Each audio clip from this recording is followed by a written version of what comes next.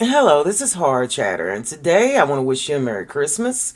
And I came across a young person whose TikTok name is Silent Middle Child. Okay, I highly suggest you look this young man up. He's highly intelligent. He's the nerd that you need to listen to. So this is what he had to say about the Epstein files, and we'll come back and we'll talk about it. Anthony here. Let's talk about the Epstein files. Now, due to the seriousness of the subject matter, I'm not going to be playing games this time, and I've taken some notes. So, it's been 5 days since the initial release of the files. There have been two more batches of files released by the Justice Department, which, let's not forget, is still in contempt of Congress for missing the deadline. And we've had enough time for people to start pouring through all the documents. Needless to say, as we all suspected, Trump is in the Epstein files, and it's worse than many imagined. Now, there's a lot going on with the files. We could talk about the files that have Trump's name in them that were posted and then mysteriously removed by the Justice Department. We could talk about how the Justice Department said that many files were redacted to protect politically exposed people. Like that's a protected class exempt from crime rather than a group that should be held to an even higher standard. We could talk about how some of the files are so poorly redacted that you can copy and paste them into a blank document to remove the redactions. But let's focus on what really matters. Trump is in the Epstein files, and it's not in some neutral manner like Susie Wiles or others have claimed. Here's what we've seen so far, and trigger warning.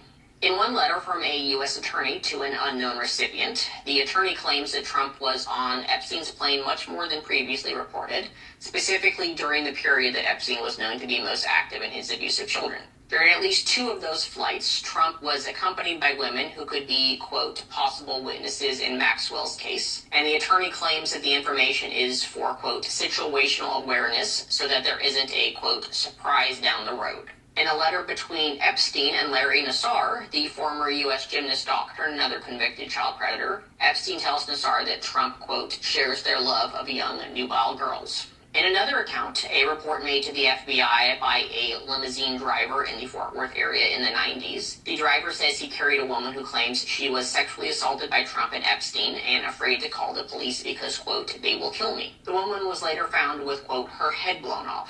Officers on the scene stated that there was no way that the death was a suicide, but it was later ruled to be a suicide anyways by the coroner. In another report, a woman told the FBI that in 1984, when she was 13, quote, Trump participated regularly in paying money to force me to, redacted, I think we can all guess what that is, with him, and he was present when my uncle murdered my newborn child and disposed of the body in Lake Michigan. So there you have it. Now, it is important to note that these claims are technically hearsay and as of yet unsubstantiated, but given the released documents have already confirmed that the FBI ignored at least one whistleblower's claims as well as what we already know about Trump and Epstein, I'm inclined to believe they're true. And if so, that means that Donald Trump, the President of the United States, has committed some of the most heinous crimes a person is capable of, capital crimes, multiple times, and that almost the entirety of the U.S. political system is actively working to protect him and has been doing so for decades. And there are still over 1 million files that have not been released. We are not angry enough. That right there. The last thing that he said is, we're not angry enough.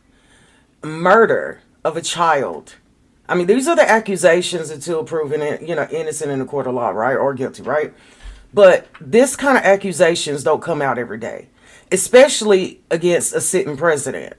And for the life of me, why is the White House not surrounded by people demanding answers? I have no idea. But yeah, I just wanted to say, after listening to this, Merry Christmas, America. You have a pedophile and a murderer in office. Now, how are we going to get them out? Until the next time, this is Hard Chatter, and I thank you so much for listening.